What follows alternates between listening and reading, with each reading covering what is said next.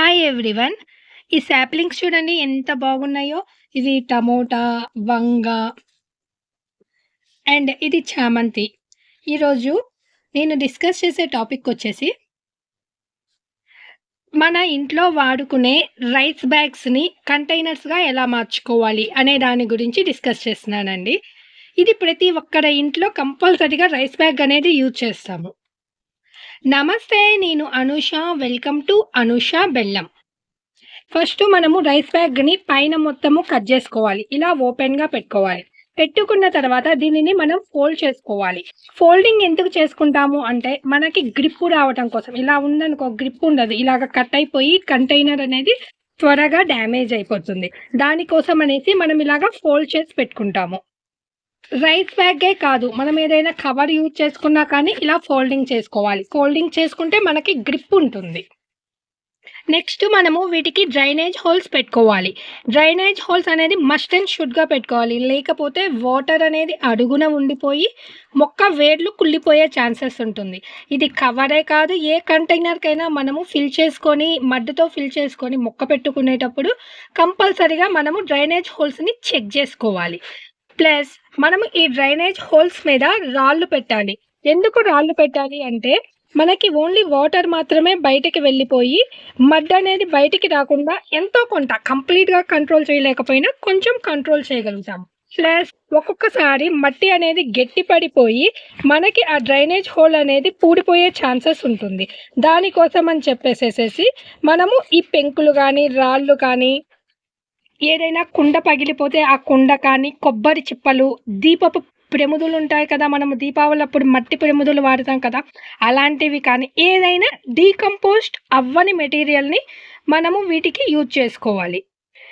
నేనిప్పుడు దీనికి 5 హోల్స్ పెట్టాను. ఎప్పుడైనా డ్రైనేజ్ హోల్స్ కొంచెం ఎక్కువ ఉన్నా పర్వాలేదు గానీ, తక్కువైతే వాటర్ బయటికి రాదు. వాటి మీద పెంకులు పెట్టుకున్నాను. నెక్స్ట్ ఒక లేయర్ మట్టి, జస్ట్ 1 ఇంచు అలా మట్టి వేసుకోండి.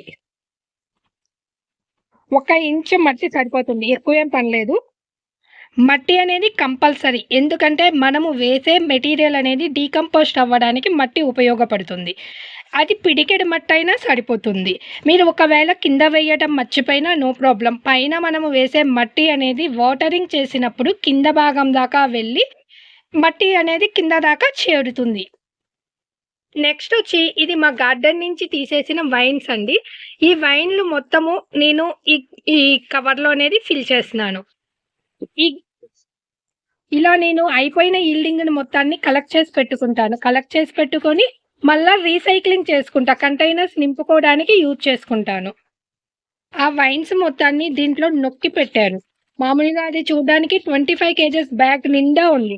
కానీ దీంట్లో నొక్కి పెట్టేసరికి 5-6 కేజెస్ వరకు వచ్చింది. ఇవి కొంచెం లీవ్స్ ఫ్లోర్ క్లీన్ చెయ్యగా వచ్చిన లీవ్స్ అండి. ఇప్పుడు ఈ బ్యాగ్ 3 వంతులనేది నిండిపోయింది. నెక్స్ట్ అనేది మట్టి పోసుకోవాలి ఇలా నింపుకున్న తర్వాత. ఇది కూడా నేను ఇలాగ రీసైక్లింగ్ ద్వారా తయారు చేసుకున్న మట్టే. దీంట్లో ఎగ్ సెల్స్, మనం యూజ్ చేసే ఇంట్లో కిచెన్ వేస్టేజ్ ఐటమ్స్ మొత్తం ఉంటాయి. ఇలా మనం ఫిల్ చేసుకోవటం వలన మనకి ఈల్డింగు ఎక్కువొస్తుంది. ప్లస్ మళ్ళా ఎవ్రీ టైమ్ మనకి మట్టి ఎక్కడి నుంచి రావాలి, మనకి గ్రో చేసుకోవాలని ఉంటుంది. కానీ మట్టి అనేది పెద్ద బిగ్గెస్ట్ ప్రాబ్లమ్. అండ్ దీన్ని సాయిల్ మిక్స్ ఎవరు చేస్తారు అనేది కూడా ప్రాబ్లమ్.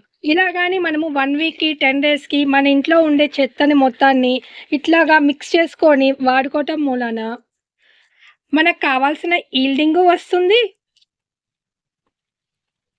ప్లస్ మన గార్డెను నీట్‌గా ఉంటుంది. మనం ఇలా చేయటం మూలాన పర్యావరణాన్ని కూడా పరిశుభ్రంగా ఉంచిన వాళ్ళమవుతాము.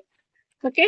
ఇప్పుడు మామూలుగా ఇది నింపడానికి నాకొచ్చేసి 10 కేజెస్ సాయిల్ పడుతుంది. ఇది వచ్చి 10 కేజెస్ బియ్యం బస్తా అండి. బియ్యం బ్యాగు.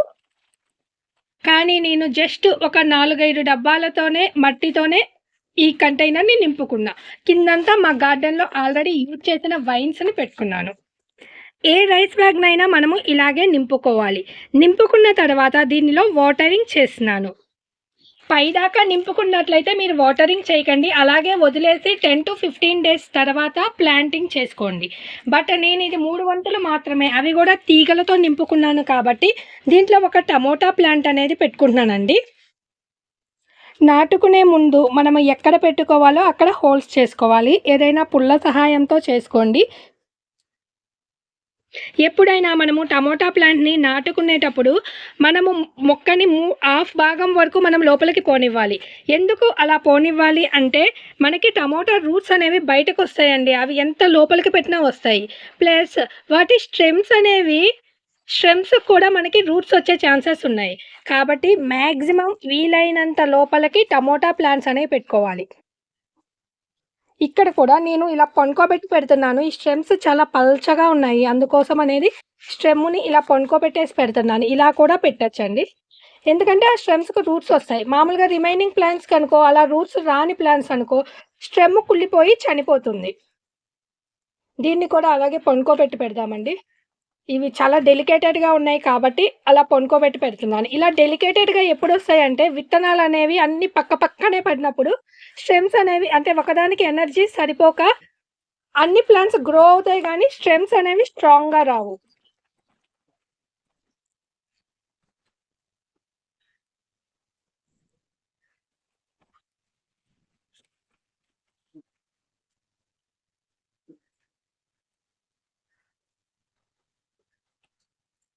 ఇలా నాటుకున్న తర్వాత దీనిని మనము నీడలో ఉంచుకోవాలి.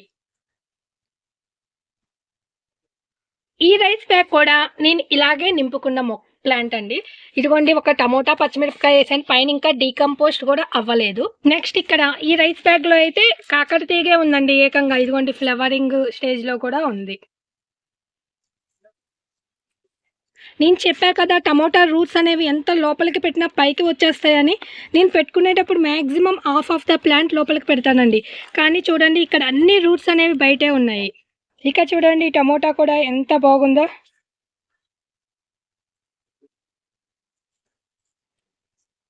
ఈ కవర్ అనేది పాడైపోయిందండి. మనకి మినిమం ఇది 10-12 నెలలు అనేది ఈల్డింగ్ అనేది ఇస్తుంది. ప్రతి ఒక్కరింట్లో రైస్ బ్యాగ్స్ ఉంటాయి కాబట్టి కంపల్సరీ ట్రై చేయండి. ఈ వీడియోలో ఏమైనా డౌట్స్ ఉంటే కమెంట్ రూపంలో అడగండి. నచ్చితే లైక్ చేయండి, షేర్ చేయండి, సబ్స్క్రైబ్ చేయండి. Thank you for watching. Wish you A happy gardening.